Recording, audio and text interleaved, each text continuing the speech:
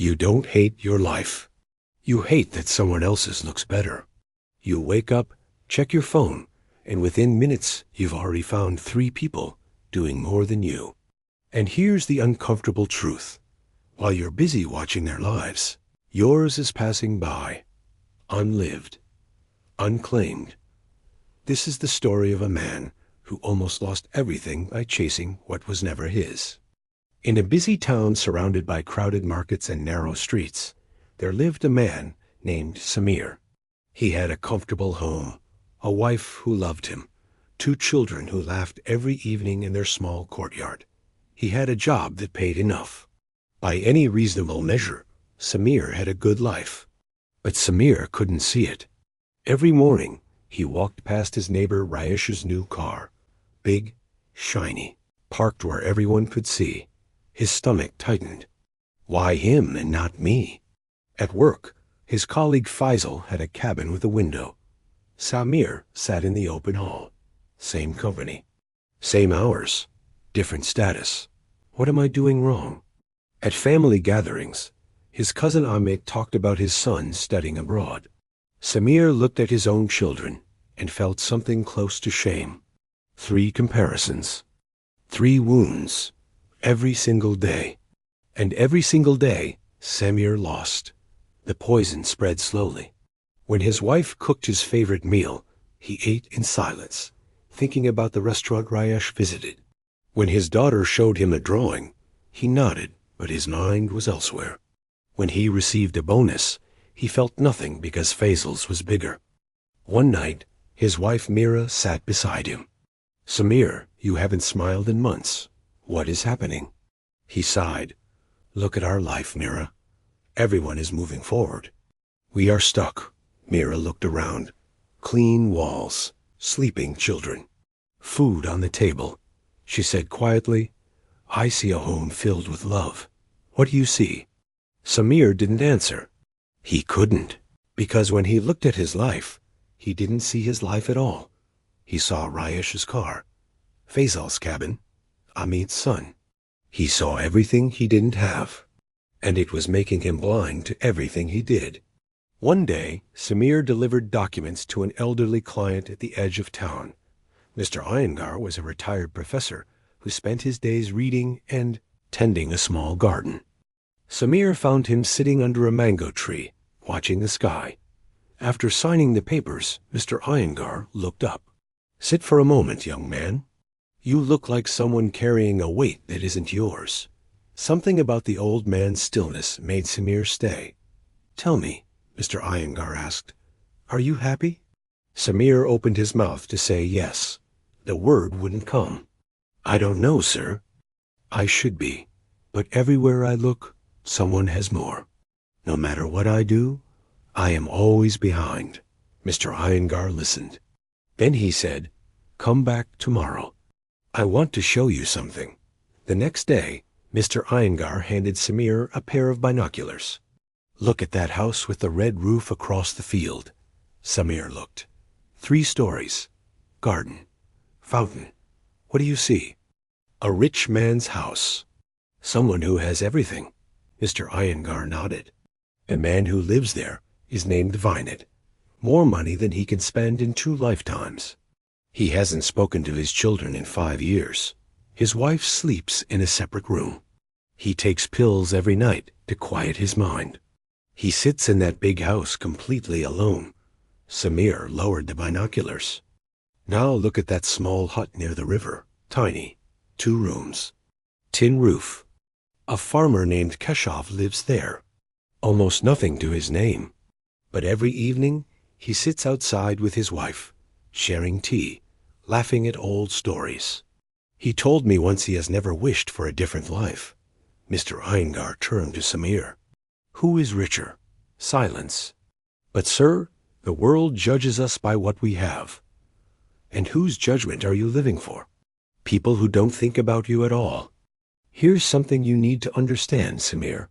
The people you compare yourself to, they're too busy comparing themselves to someone else to even notice you exist." He walked to his garden and pointed at 2 plants. Mango tree. Jasmine bush. The mango grows tall, and gives fruit. The jasmine stays small and gives fragrance. Should the jasmine spend its life ashamed because it cannot grow mangoes?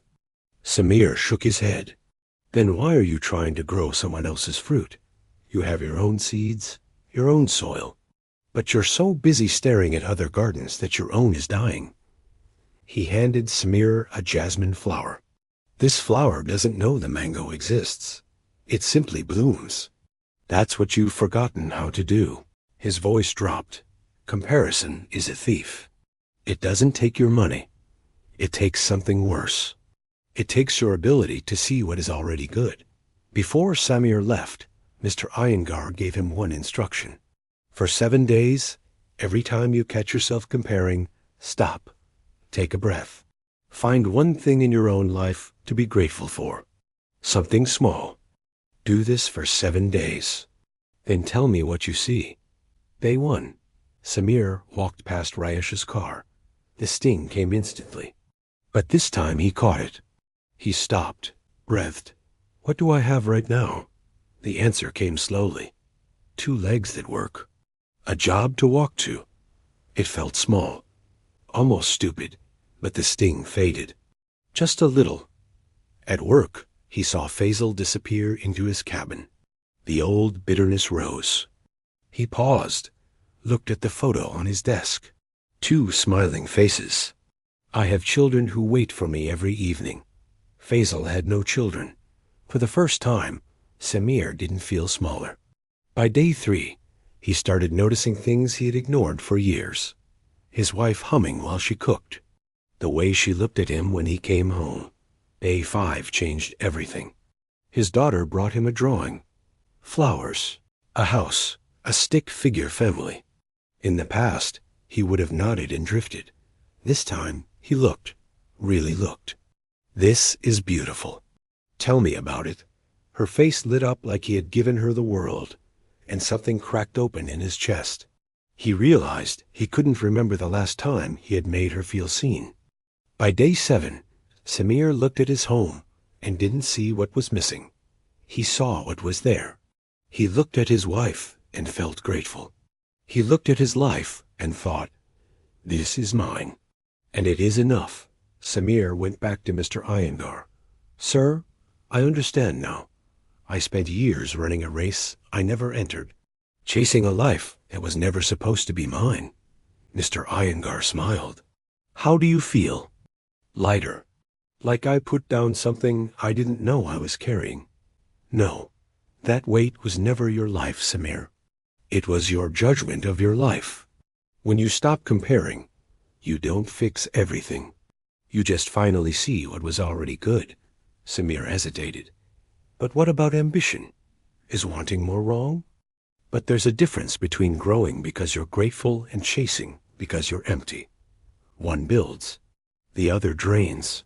You can want more and still love what you have. Most people never learn that. So let me ask you something. How much of your unhappiness is actually yours?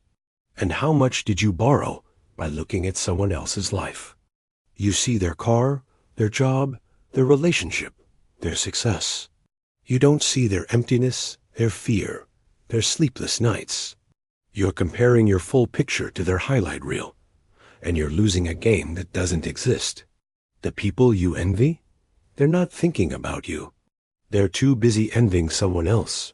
That's the joke. Everyone is looking over the fence. No one is tending their own garden. Your life is not a competition. It never was. But while you've been keeping score, your own life has been sitting there, waiting for you to show up. Your wife, your children, your small joys. They won't wait forever. Here's the truth no one wants to hear. One day you will run out of time. And when that day comes, you won't think about Rayesh's car or Faisal's promotion or your cousin's son abroad. You'll think about the moments you missed because you were too busy wishing you were somewhere else. The question isn't whether your life is enough. The question is, were you even there for it?